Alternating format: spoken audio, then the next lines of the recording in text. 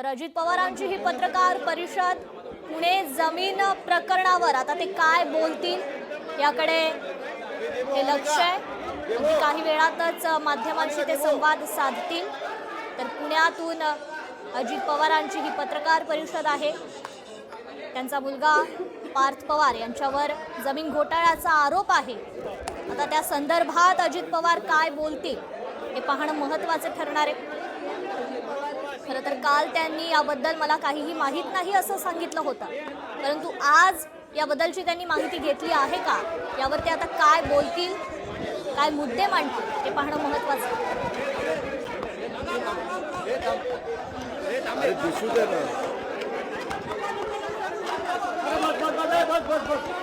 अरे भूत खाली गाना रे, भूत खाली गाना।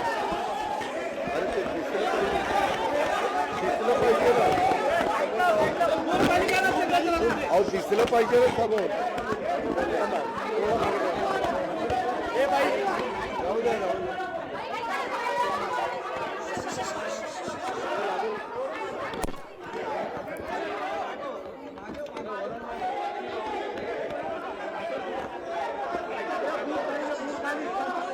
सर्व पत्रकार मित्रांचं अरे भूत खाली गा रे।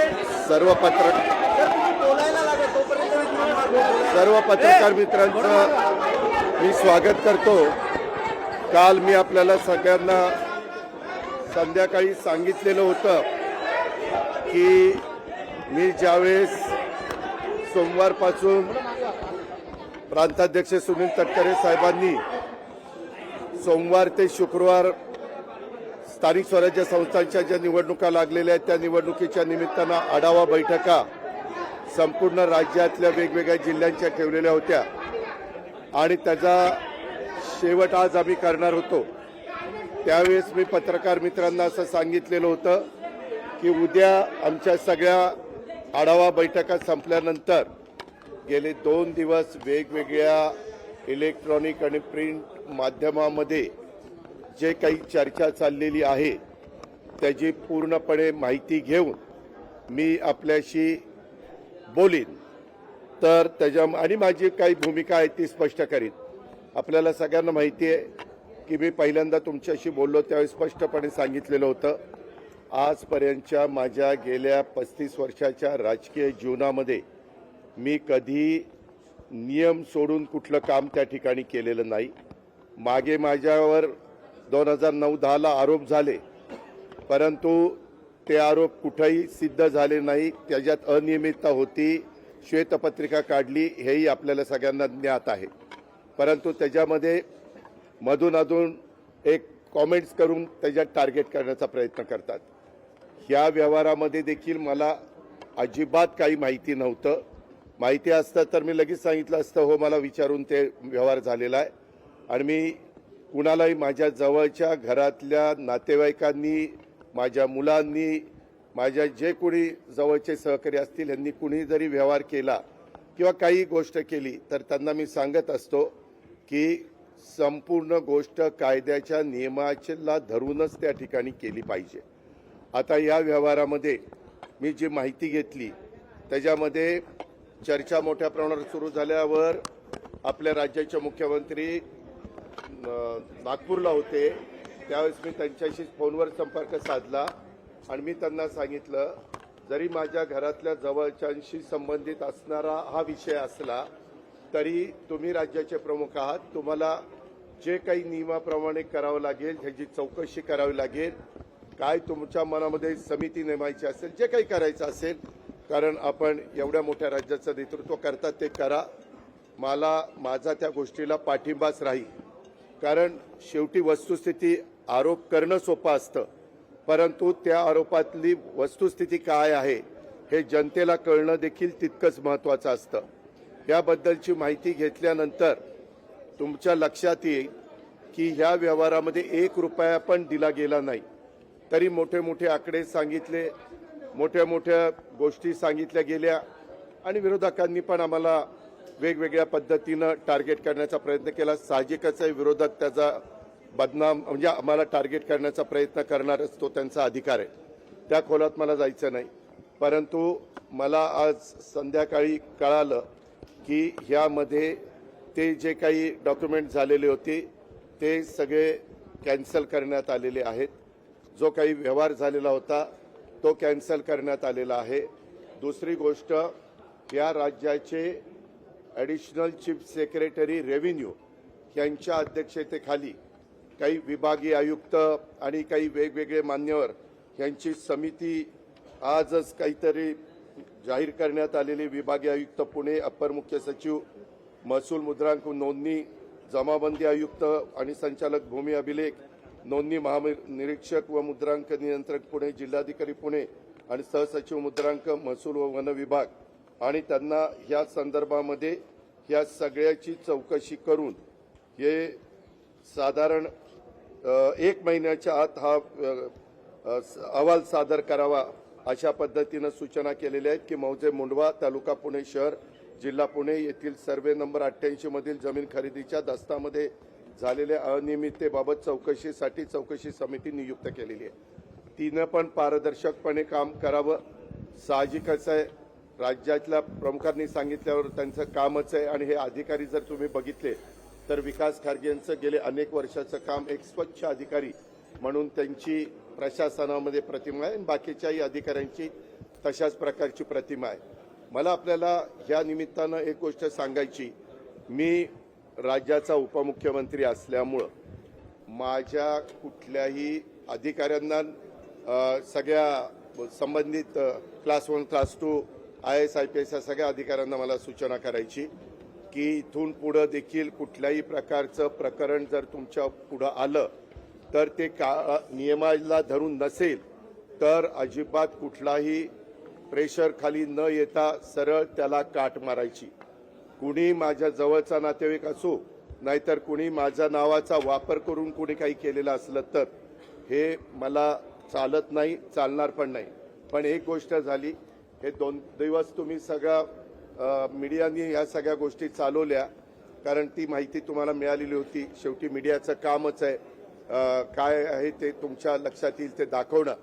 पण त्याच्यामध्ये अजून पण इतर वेगवेगळे बाबी आमच्या वेगवेगळ्या भागातनं, मला वाटतं बारामतीतनं पण काही असं झालंय तसं झालंय. माझं म्हणणं की ज्यांच्याकडं याबद्दलचे चुकीच्या गोष्टी झालेल्या असतील त्या सर्व बाबींची चौकशी संबंधित अधिकाऱ्यांनी करावी. मागच्याही काळामध्ये जे कुठले व्यवहार झाले असतील त्याच्यामध्ये कुठंही आपण नियमाला बगल देऊन कुठल्याही गोष्टी केलेल्या नाहीत. तो माझा स्वभाव नाही. मी अतिशय स्पष्टपणे या गोष्टी तुमच्या माध्यमातून राज्यातल्या जनतेलाही सांगू इच्छितो. आणि गेले 2 दिवस ह्याच्याबद्दल जे काही बातम्या आल्या आणि त्याच्यातून माझ्याबद्दल गैरसमज झालेला असेल तर त्यांनाही ह्याबद्दल अतिशय स्पष्टपणे मी सांगू इच्छितो. आणि ह्यामध्ये एकही पैशाचा व्यवहार झालेला नाही. आता तो का झाला नाही, व्यवहार झालेला नसताना कसं रजिस्ट्रेशन झालं, ते कुणी दिलं, हा सगळ्या तपासाचा भाग आहे. आणि त्याच्यामुळं संबंधित हे 1 महिन्याच्या आत ह्याचा सगळा तपास करतील. ह्याच्यामध्ये FIR पण दाखल झालेली आहे. त्याच्या संदर्भामध्ये मला कळलं 2 पोलीस स्टेशनला FIR दाखल झाल्या. अशा पद्धतीनं त्याच्यावर पोलिसांचं काम करणार, त्याच्यात पण कुणाला राजकीय हस्तक्षेप करण्याचं कारण नाही. पूर्णपणे पारदर्शकपणे ह्याची सगळ्याची चौकशी झाली पाहिजे. आणि दूध का दूध, पाणी का पाणी, हे सगळं पुढे आलं पाहिजे. टार्गेट केलं जात आहे का? टार्गेटेड आहात का? तुम्हाला टार्गेट केलं जात आहे का? सातत्याने एका दिवसात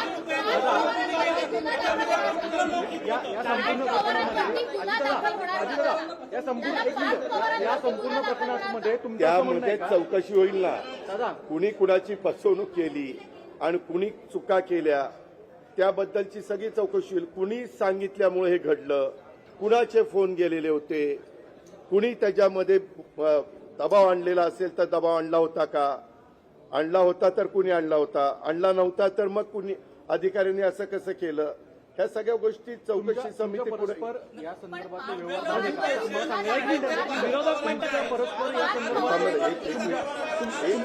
तुमच्या परस्पर या संदर्भातले व्यवहार पार्थ यांनी केले का असं तुम्हाला सांगायचं आहे का?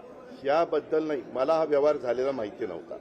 सागर, मी तुला स्पष्टपणे सांगतो, माहिती असता तर मी तुम्हाला आधीच सांगितलं असतं हो या व्यवहारात मला माहिती आहे. मी नाही रे बाबा, ज्यावेळेस कधी कुणी काही चर्चा करतं ते कुठल्याही व्यवहाराची असो, कुठलाही व्यवहार कुणी मला विचारलं तर मी सांगतो जे काही नियमाप्रमाणे असेल ते करा. नियमाच्या बाहेर जाऊन कुणी केलेलं मला त्या ठिकाणी चालणार नाही. मी आज दुपारी माझ्या ऑफिसच्या प्रत्येक अधिकारी जे आहेत त्यांनाही विचारलं की तुम्ही DCM ऑफिसमधनं कुणाला फोन करून दबाव आणला का? कुणीही त्याचा दबाव आणलेला नाही. या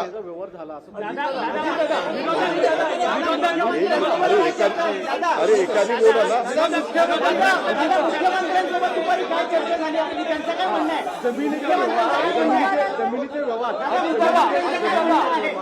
अरे बाबा मी उत्तर द्यायला तयार आहे, तुम्ही शांत बसा ना.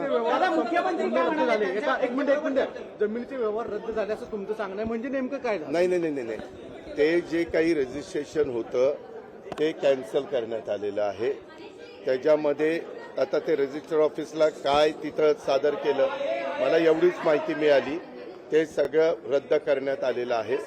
आता त्याच्याबद्दलचं काय कागदपत्र दिली, कारण मी त्यानंतर इथं येऊन आतापर्यंत आम्ही सगळेजण तो आढावा घेत होतो, परंतु मला एवढी न्यूज कळालेली आहे की तिथं नोंदणी कार्यालयामध्ये जाऊन हे सगळं झालेले डॉक्युमेंट्स रद्द करण्याच्या संदर्भामध्ये ॲफिडेव्हिट दादा पण विरोधकांकडनं प्रश्न विचारले तुमच्या मुलावरती गुन्हा दाखल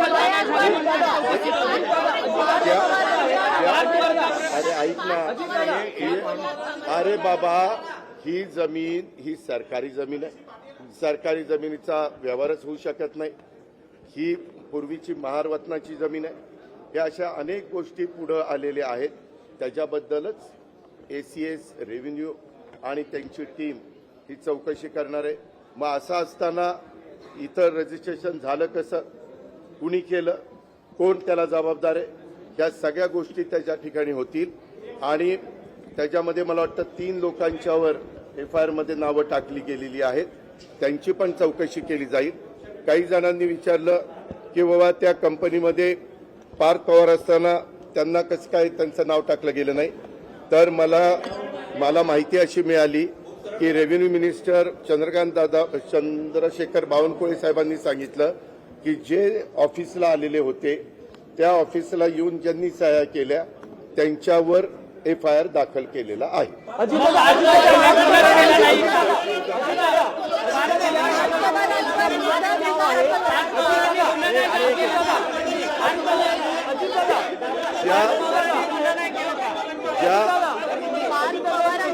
याबद्दलची कुठली माहिती ही इत्थंभूत सगळी हे काय आहे कसं आहे, कारण काही जणांनी ह्या जमिनीचा 2005-06 काही पैसे देऊन व्यवहार केलेला होता.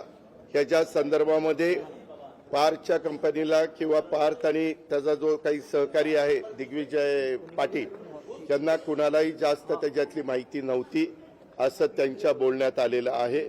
अर्थात ही सगळी आता चौकशी पूर्णपणे होईल. 1 महिन्यामध्ये हे सगळं पुढे येईल आणि ते पुढे आल्यानंतर त्याच्यातनं वस्तुस्थिती आपल्याला सगळ्यांना कळेल. नंबर 1 आणि नंबर 2 मी पुन्हा सांगतो, इथनं पुढे देखील आता एखादं प्रकरण निघालं की आणखीन काही ना काही कुणी ना कुणी नवीन प्रकरण काढतात. कुठली प्रकरणं असली तरी संबंधित अधिकाऱ्यांनी त्या प्रकरणाची रीतसर चौकशी करावी. ती माझ्या कुठल्याही नातेवाईकांशी संबंधित असली तर अजिबात अधिकारी वर्गाने घाबरण्याचं काही कारण नाही. आपल्याला पदापेक्षा कायदा श्रेष्ठ आहे. आपल्याला बाबासाहेब आंबेडकरांचं संविधान श्रेष्ठ आहे आणि त्याच्यावर त्याचाच आदर सगळ्या अधिकाऱ्यांनी आणि ऑफिसर लोकांनी केला पाहिजे हे मी स्पष्टपणे ह्या निमित्तानं त्यांना.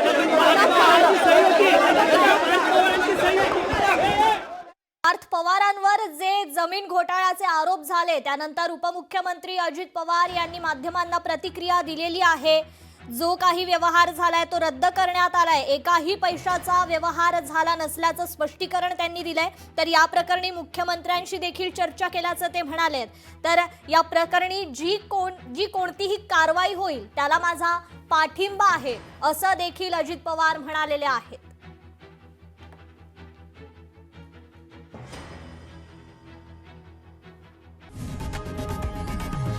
लोकशाही मराठी ऐका, पहा, जागरूक रहा.